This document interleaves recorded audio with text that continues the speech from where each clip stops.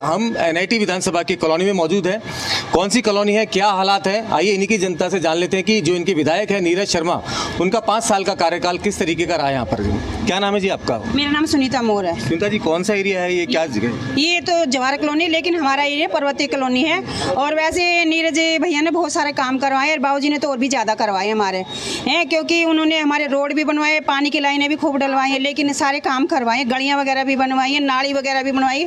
लेकिन अब जो डलवाया है ना, वो पानी का कनेक्शन है ना, कम पानी आ रहा है हमारा ना, थोड़ा लास्ट में पड़ गया है। विद्यासागर गली नंबर 9 में जा रहा है, वहाँ तक पहुँचते पानी ना हमारे बिल्कुल ही नहीं आता। हमारी गली में शुरुआत के जो रोड के ऊपर घर हैं उनमें 2-4 घरों में पानी आता है प्रॉपर। उसके बाद 18-20 घर हैं लास्ट के, उन्हें किसी को भी पानी आ रहा है। टैंकर से बनता पानी कितना डलवाएगा। और सबके घर में काम करने वाले बंदे हैं, पानी के इंतजार में सारी रात लाइट भी कट हो जाती है कई बार, और पानी भी नहीं आता। जैसे पानी आता तो लाइट कट हो जाती है, लाइट आती तो पानी चला जाता है। बंदा बाहर से रोड से कितना पानी लाएगा, क्योंकि किसी के बच्चे स्कूल पढ़ने वाले, किसी के कॉलेज पढ़ने वाले, कोई हस्बैंड ड्यूटी करने वाला, कौन दोनों मियाँ बीवी, मतलब हस्बैंड वाइफ दोनों काम करने वाले हैं। तो परेशानी बहुत ज़्यादा ही हो रही है सर, ज़्यादा परेशानी हो रही है, पानी की ज़्यादा दिक्कत हो रही है। पानी की दिक्कत है आपको? हमारी विधानसभा जो है हमारी एनआईटी 86 लगती है। और जो ये कहते हैं कौन सी कॉलोनी से हैं? जवाहर कॉलोनी से। मनीष जी, जवाहर कॉलोनी की आप बात कर रहे हैं, लेकिन मैं एनआईटी विधानसभा की लगभग काफ़ी कॉलोनी में मैं यहाँ पर घूमा। जो यहाँ पर सबसे ज़्यादा जो मुझे समस्या नजर आई, यहाँ पर सड़कों पर कीचड़ यहाँ नजर आ रही है, सीवर यहाँ पर ओवरफ्लो यहाँ पर नजर आ रहे हैं। तो किस तरीके के काम यहाँ पर हो रहे हैं? आपको सीवर की समस्या भी नजर आई होगी, लाइट की भी समस्या नजर आ रही होगी, पानी की समस्या भी नजर आ रही होगी। ये सब चीज़ ऐसे जो हमारे बाबूजी ने, जो हमारे स्वर्गीय पंडित शिवचंद्र शर्मा जी थे, उन्होंने अपने टाइम पे जो काम किए थे। एक होता है कि जो काम करने के बाद ना, जब हमारी नहीं रही तब तक, तो जब तक सरकार थी तब तक हमने खूब काम भी करवाया हमारे बाबूजी ने। तब बाबूजी ने उसमें मेंटेनेंस भी लगा रहा, पूरा नगर निगम भी रहा। अब की बार क्या हुआ कि जब से 10 साल हो गए, जब से एक होता है सरकार आती है, पहले शहर में अकेले मंत्री थे, तब उन्होंने क्या करा था, अकेले मंत्री होते हुए उन्होंने ये नहीं देखा कि मेरी ये विधानसभा ये नहीं है। एक मंत्री पूरे हरियाणा का होता है, चाहे वो केंद्र का चुना गया हो, चाहे राज्य का चुना गया हो मंत्री। लेकिन अब शहर में क्या हमारे 3-3 मंत्री है। क्या उन 3-3 मंत्रियों से क्या एक विधानसभा की क्या सीवर और समस्या ये समाधान नहीं किया गया उनसे? और यही ये सीवर समस्या यहीं पे सिर्फ एनआईटी 86 में नहीं है। आप सेक्टर 12 चले जाओ, 10 चले जाओ, मथुरा रोड की पल्ली तरफ चले जाओ, सेक्टर 89 चले जाओ, पूरे फरीदाबाद में सीवर समस्या है। यहाँ से लेकर दिल्ली तक भी चले जाओ, सीवर की समस्या हर जगह है, पानी की समस्या भी हर जगह है। लेकिन अब पिछले 10 सालों में इस सरकार में अब 3-3 मंत्री हैं। शिक्षा मंत्री इनके, परिवहन राज्य मंत्री इनके, केंद्रीय मंत्री इनके। अरे फरीदाबाद की जनता ने 3-3 मंत्री चुन के दिए इनको विधानसभा के अंदर, लोकसभा के अंदर। फिर भी अगर मूलभूत सुविधाओं से भी निजात नहीं पाएगा ना, अरे कम से कम सफाइयाँ करवा दो, उसकी मेंटेनेंस कर दो, फिर भी एक ही सहूलियत मिल जाएगी। लेकिन हमारी सरकार नहीं रही। अब इन्होंने, सरकार ने क्या है, हमें परेशान करने के लिए नगर निगम, पहली बार इतिहास में, ये भी बात मैं कहना चाह रहा हूँ आपसे, आपके चैनल के माध्यम से, कि पहली बार इतिहास में ऐसा हुआ है फरीदाबाद के अंदर नगर निगम चुनाव नहीं हुए इस बार। और ये नगर निगम चुनाव इसलिए नहीं किए गए क्योंकि नगर निगम चुनाव होते तो 200 करोड़ के घोटाले में जितने भी आरोपी सारे पकड़े जाते, क्योंकि किसी भी पार्षदों ने, जितने भी 8 के 8 पार्षद थे 8 विधानसभाओं के, सभी पार्षदों ने कोई काम नहीं किया। इस टाइम सबसे ज़्यादा समस्या पीने के पानी और सीवर लाइन की समस्या है।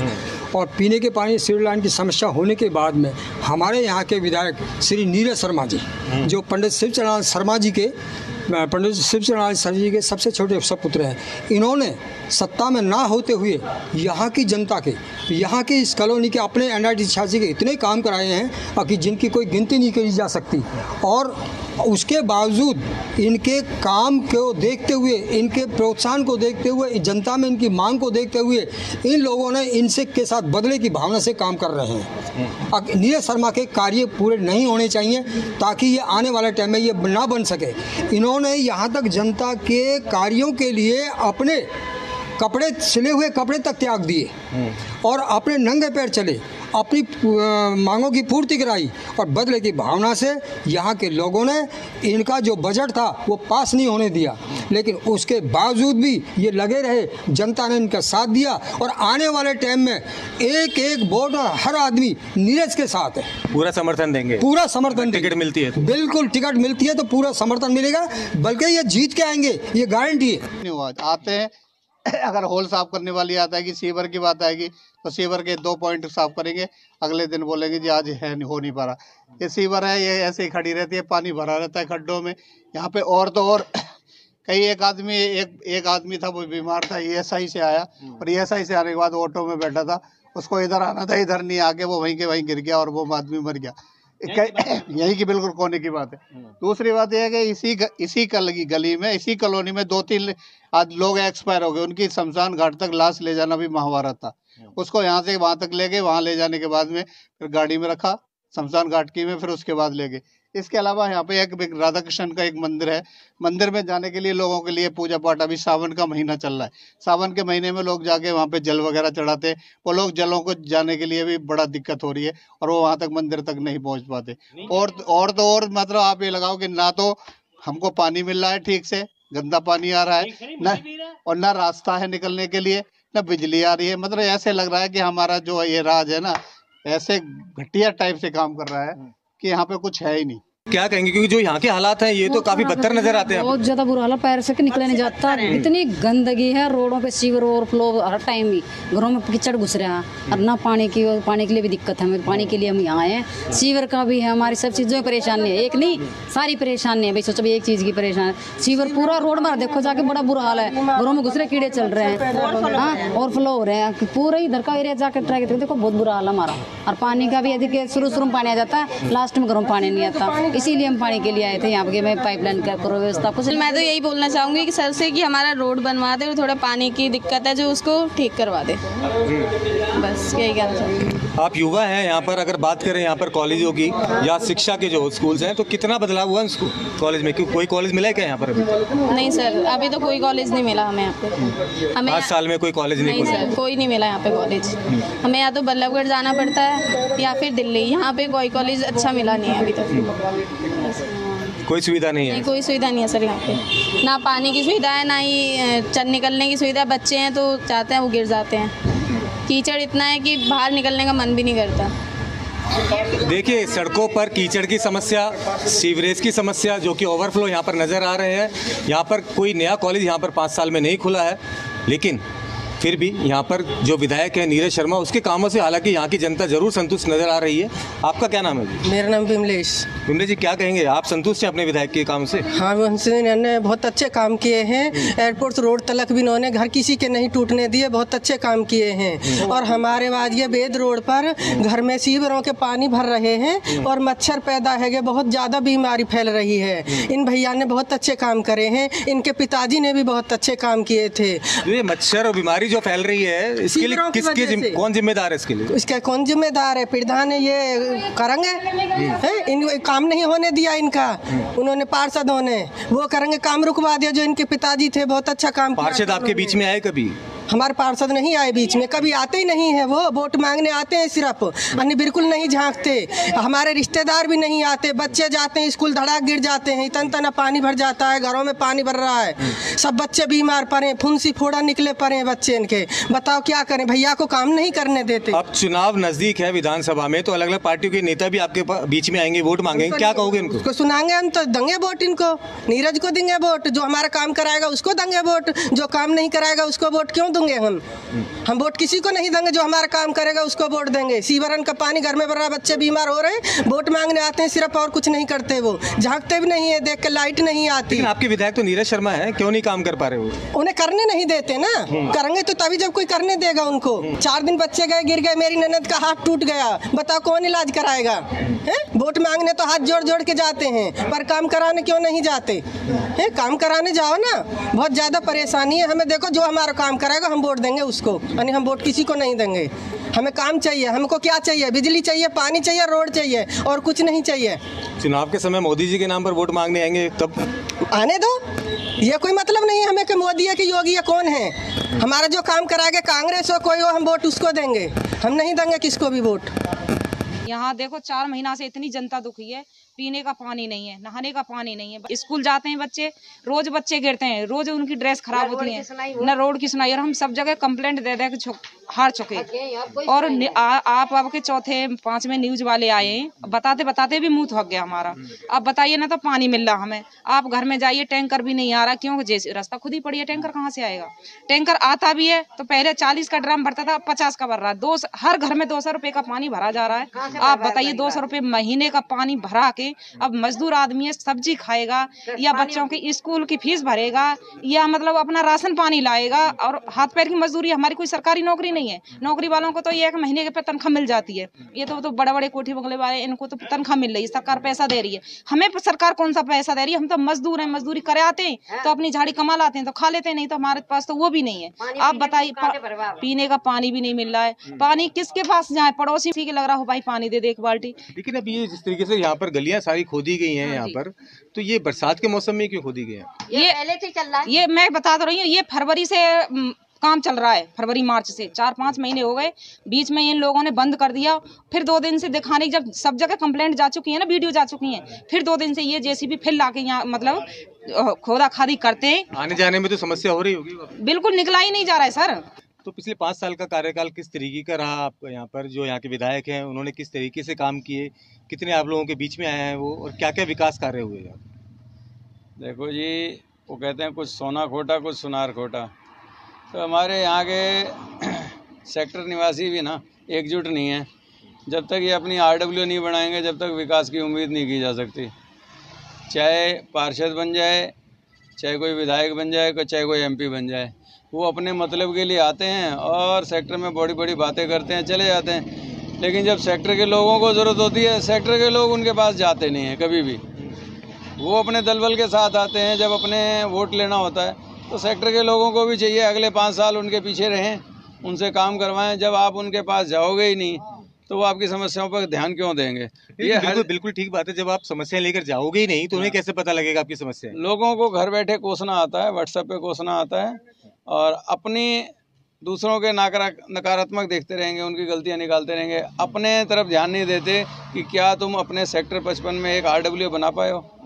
ना तो RW बना पाए, ना बाकी अगर कभी RW की मीटिंग जब भी होती थी उस मीटिंग में भी नहीं आते थे लोग। NIT विधानसभा की बात करें तो वहाँ पर कितने काम हुए हैं? NIT विधानसभा में तो काम जो चल ही रहे हैं, लेकिन जो मूलभूत सुविधाएं हैं ना, वो पिछला ढांचा ही पिछले 10 साल से खराब है।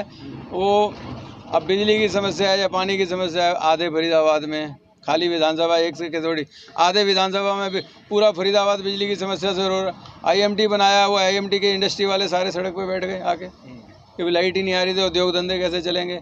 बरसात का पानी आ जाए तो पूरा फरीदाबाद ही डूब जाता है। मतलब आपके यहाँ के विधायक हैं, कितने आपके बीच में आए अब तक? जब भी लोगों ने बुलाया आते हैं, वो आते हैं। हाँ, जब लोग बुलाते हैं, जो लोग ही यहाँ के 80% वोट तो एक ही पार्टी को दे रहे हैं।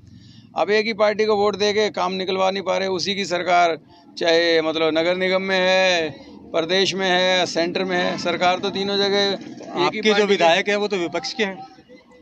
तो विधायक तो विधानसभा का है, विपक्ष का है, तो सरकार को ध्यान देना चाहिए। योजनाएं तो जो जनता है वो तो हरियाणा की है। काम कर पा रहे हैं क्या आपके जो विधायक है नीरज शर्मा जी? विपक्ष में होते हुए उन्होंने कितने काम किए हैं? उन्होंने संघर्ष किया है। काम तो देखो, जो और दूसरे विधायक है ना सत्ता पार्टी वाले, वो भी परेशान हैं, वो भी कह रहे नहीं, बदलाव चाह रही है जनता, बदलाव चाह रही है। हाँ जी, अगर हम इन बीते 5 सालों की अगर हम बात करते हैं तो NIT विधानसभा अपने जो भी कार्य हैं, जो कार्य नहीं हो पाए, जैसे सीवर को लेकर से, वो सारी विधानसभाओं में बड़ी पॉपुलर रही है कि कहीं पे पानी की निकासी की व्यवस्था ख़राब है, कहीं पे मीठे पानी की व्यवस्था बिल्कुल जीरो है। अगर हम बिजली की बात करें तो बिजली, मैं जो कि इसी सेक्टर का निवासी हूँ, अगर हम बात करें, मैं 55 सेक्टर से बात कर रहा हूँ, जो कि हमारी NIT विधानसभा का एक लौता सेक्टर है जिसमें जो कि 10-10 घंटे लाइट नहीं आ रही है, हमें जो कि 7 दिन के अंदर पानी मिल रहा है। तो बताइए, इस तरह से अगर काम होगा तो आम जो नागरिक है वो कैसे अपना जीवन का निर्वाह कर पाएगा?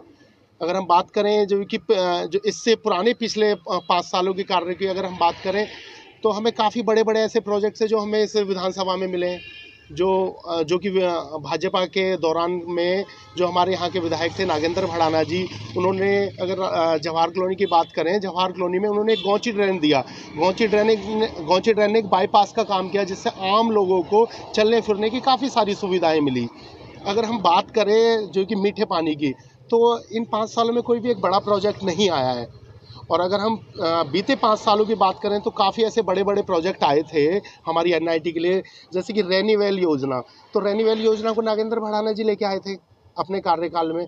अगर हम एसटीपी की बात करें, 130 एमएलडी का एसटीपी हमारा तैयार होने जा रहा है। इस बड़े प्रोजेक्ट को भी जो कि नागेंद्र भड़ाना जी लेके आए, जो कि इस समय पे करंट में अगर हम बात करें तो वो 50 एमएलडी का है, जिससे जो कि सारा सीवर वगैरह की जो व्यवस्था है वो सारी है, वो सुचारू रूप से जल्दी तैयार होने वाला है, जिससे अपने सारे सीवर की जो समस्या होंगी वो सारी बिल्कुल ठीक हो जाएंगी। जी, विकास की बात करें, इन पिछले 5 सालों में तो विकास के नाम पे तो कोई काम नहीं हुआ है। सिर्फ और सिर्फ दूसरे के काम हुए को अपना बता के और उनकी वाहवाही ली गई है और कुछ नहीं हुआ है। आप कहीं भी चले जाइए पूरे एनआईटी 86 के अंदर, मैं ये नहीं कहता कि जहाँ मैं खड़ा हूँ वहीं की, आप डबुआ कॉलोनी चले जाइए, जवाहर कॉलोनी चले जाइए, 55 सेक्टर चले जाइए, राजीव कॉलोनी चले जाइए, 56 सेक्टर चले जाइए, हर जगह बारिश का पानी भरता है। नहर नाले और सीवरेज सारी जाम रहती है 24 घंटे, कहीं भी चले जाइए कोई सुनवाई नहीं है, ना नगर निगम में सुनवाई है, ना हमारे प्रेजेंट विधायक जी सुनवाई करते हैं। वो तो सिर्फ और सिर्फ उनसे जाके आप मिलोगे और उनसे अपनी समस्या शेयर करोगे तो सिर्फ उनके पास एक जवाब होता है, जी मेरी सरकार नहीं है, और वो अपना पल्ला झाड़ देते हैं। विधायक जी कहते हैं जी मैंने ये करवाया, मैंने वो करवाया। विधायक जी पे एक पानी की समस्या आज तक सॉल्व नहीं हुई। एक डंपिंग यार्ड हमारे यहाँ प्रतापगढ़ के ला के रख दिया। बस ढोल नगाड़े बजाने और उससे काम नहीं चलता है। हमने तो विधायक चुना था, इसलिए चुना था कि भाई हमारी समस्याओं को दूर करेंगे, लेकिन विधायक जी ने अब तक कोई भी ऐसा कोई संतुष्ट और कहते प्रतिभाशाली ऐसा कोई काम नहीं किया है जिससे कि हम ये कह सकें हमारे विधायक ने कुछ काम किया है। जी, हमारे यहाँ के विधायक हैं आदरणीय नीरज शर्मा जी। अगर आप कहते हैं व्यक्तिगत उनको कितने नंबर दूं, तो मैं उनको 100 में से 100 नंबर दूंगा। उन्होंने बहुत कड़ी मेहनत करी और बड़े घोटाले खोले, नित्य नियम सरकार के खिलाफ रहे, उसका खमियाजा भुगता हम सब लोगों ने। यहाँ पर भाजपा के ही मेयर रहे, भाजपा के ही पार्षद रहे, भाजपा के ही केंद्र में मंत्री रहे। पानी नहीं आता है हमारे यहाँ सीवर की व्यवस्था बहुत ख़राब है, और जो भ्रष्टाचार हुआ है 200 करोड़ रुपए का, जिसको नीरज शर्मा जी ने उजागर किया, अब सरकार के खिलाफ जाकर एक विपक्ष के एमएलए की जितनी भूमिका रहती है वो नीरज शर्मा जी ने निभाई। और इस तरह महसूस हुआ कि वो एक अकेला आदमी था जो इस लोकसभा में लड़ रहा था।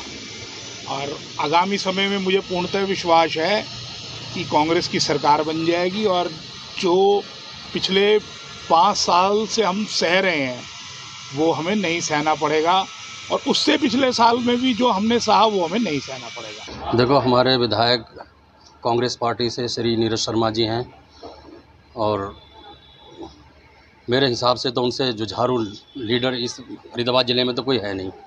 और अपोजिशन में रहते हुए इतने उन्होंने कार्य करवाए हैं हमारे देहात क्षेत्र में। तो शहर की तो हमें इतना ज्ञान नहीं है, लेकिन देहात में हमारा इस ज़िले का संख्या के हिसाब से सबसे लार्जेस्ट गांव है, और इस विधानसभा क्षेत्र में सबसे बड़ा गांव हमारा धौज है। तो उस गांव में इन्होंने गली कूचों के लिए 1 करोड़ से ज़्यादा रुपए हमारे गांव में लगाया है। हमारा गांव बड़ा फतेहपुर गांव है, उसमें अभी 70 लाख रुपए उसमें दिए हैं। आलमपुर में दिए हैं 35 लाख रुपए, टीकरी खेड़े में लगाए हैं 70 लाख रुपए। ऐसा नहीं है, काम बहुत करे हैं, बहुत जुझारू हैं। यहाँ तक कि पैसा लाने के लिए उन्होंने कफन तक पहना है, कितनी मेहनत कोशिश करी है। और हालांकि अपोजिशन को तो सब आप पता ही है कौन पैसा देता है, कोई नहीं देता, लेकिन इन्होंने अपने मेहनत से इतना पैसा इलाके में लगाया है और बहुत अच्छे काम कर रहे हैं। ऐसी बात नहीं है। हमारे क्षेत्र में तो जैसे इतना तो काम नहीं हुआ खैर जितने पावर में होते हैं, लेकिन फिर भी बहुत काम करवाए इन्होंने। अगर फिर से एक बार पार्टी टिकट देती है तो क्या समर्थन देगी जनता को? देखो, कांग्रेस की तो बयारी चल रही है जी, मैं क्या बताऊं आपको। और मेरे हिसाब से तो अब के जैसे बीजेपी 70 पार कर रही थी, लेकिन अब हमें लग रहा है कि कांग्रेस 70 पार जरूर कर जाएगी। हरियाणा में 70 से ज़्यादा सीटें अब के आने की उम्मीद है।